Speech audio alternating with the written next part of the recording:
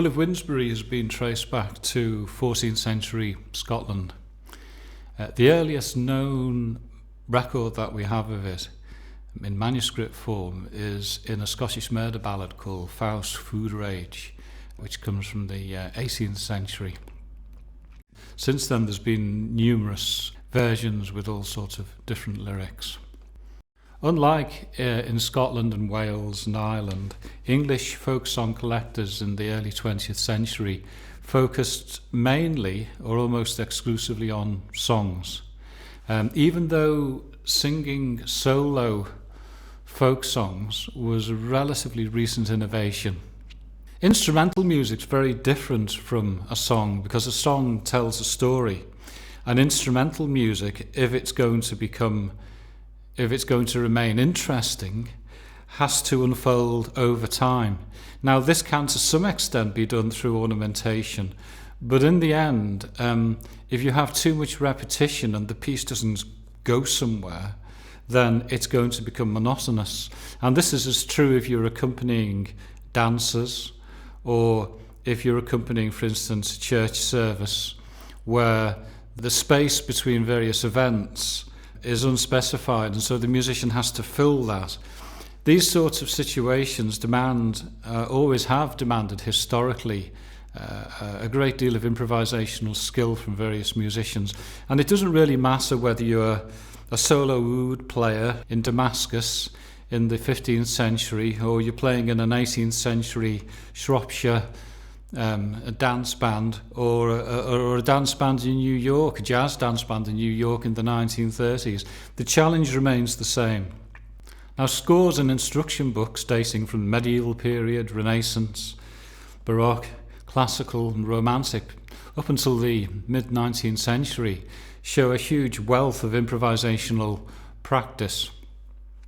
But the musicians who were educated or trained enough to actually write the music down must have been an absolutely tiny minority of the overall population.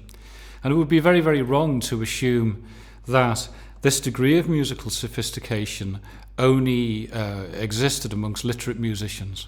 For example, the Irish harpist O'Carolan was the inheritor of a very, very rich traditional musical culture. And he was also deeply versed in the Baroque music of the time, being influenced by people like Corelli and Vivaldi as well. And yes, all we have in scores from O'Carolan are just these single sheets, just detailing the basic opening melody of one of his pieces. And we don't actually have any idea at all about how these pieces actually would have sounded when he was playing and performing them. Now, Will of Winsbury is divided up into 4 sections or stanzas. If we think about it as being in 3/4 time, this would give us 5 bars, followed by 4 bars, followed by 5 bars, followed by another 4 bars. If we think about this as being in 6/8 in compound time, then we would have a bar of 6 and a bar of 9, 2 bars of 6 and a bar of 6 and a bar of 9, and then another 2 bars of 6. And also at the end of each stanza, the last note or the last bar can also be extended with a fermata over the top of it. And this gives the opportunity to actually expand the section with a cadenza of some form, particularly on the last note of the piece. Modal theory came about as a way of understanding liturgical medieval monophonic chant, and also ancient Greek music as well. And folk song collectors like Cecil Sharp were very, very enthusiastic in ascribing the church modes as explaining the melodies in folk music, and particularly in English folk music. And this was backed up by people like Bertrand Bronson with his modal star.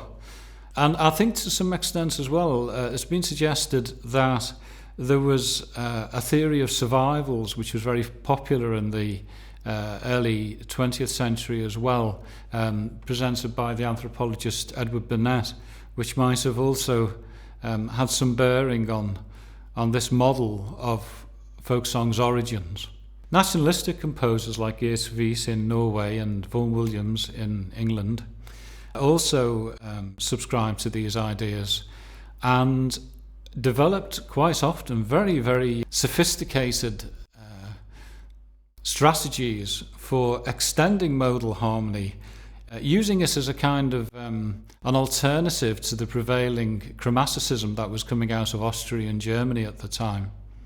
These assumptions were questioned by other people, notably the American scholar Norman Kasdan, and also composers like Bela Bartok and Percy Grainger, who suggested that there was an overarching scale from which these melodic patterns could be derived, which is sometimes known as a gamut.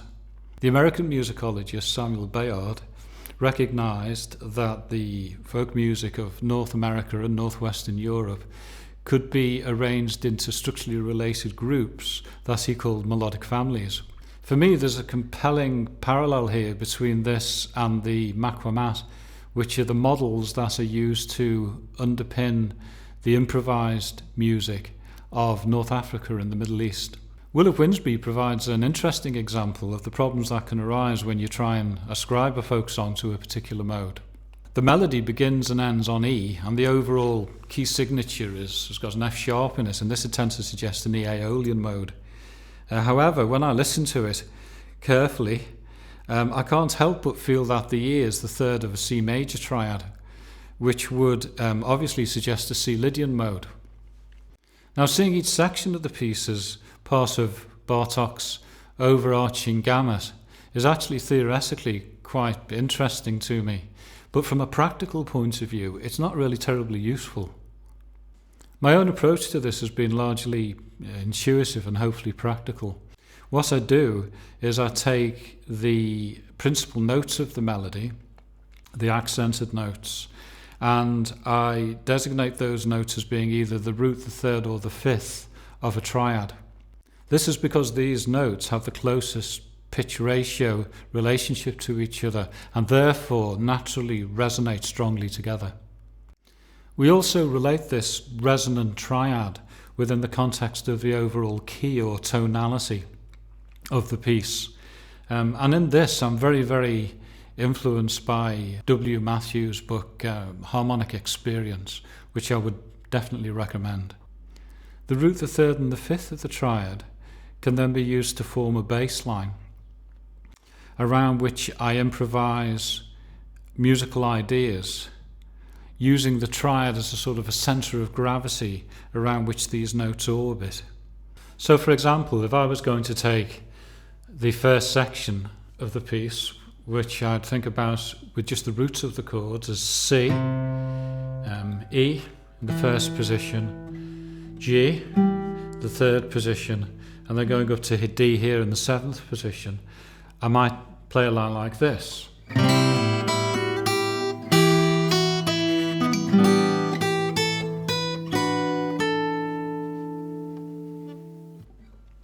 Using the same roots but in different positions might make me play something like this.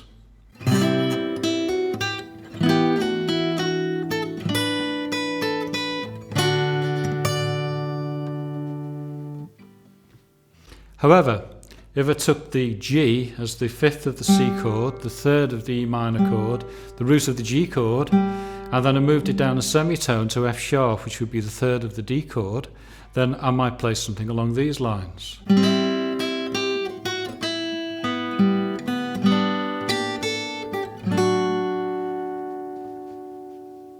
Now in the third stanza, on this B minor chord, the note ends on B, and using a fermata I can extend that into a short cadence. And if I do that, one of the things that intrigues me, and I find very beautiful, is the fact that this note C sharp fits really nicely, even though it's the flattened ninth against the actual tonic C. So if I play the melody like this,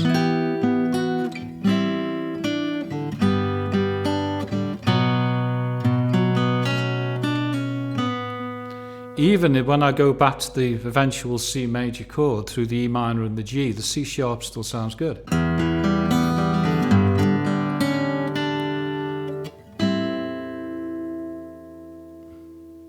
So this is a way of introducing chromatic notes into what would be a traditional folk melody.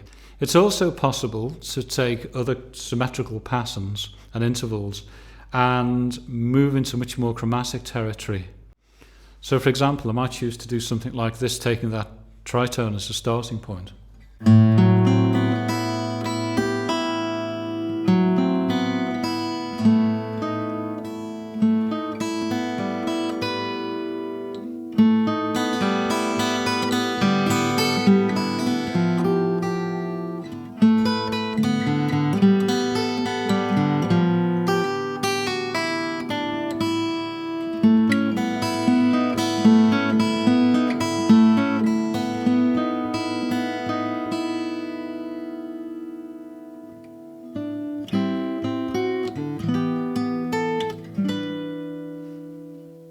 I've listened to and enjoyed traditional music all of my life.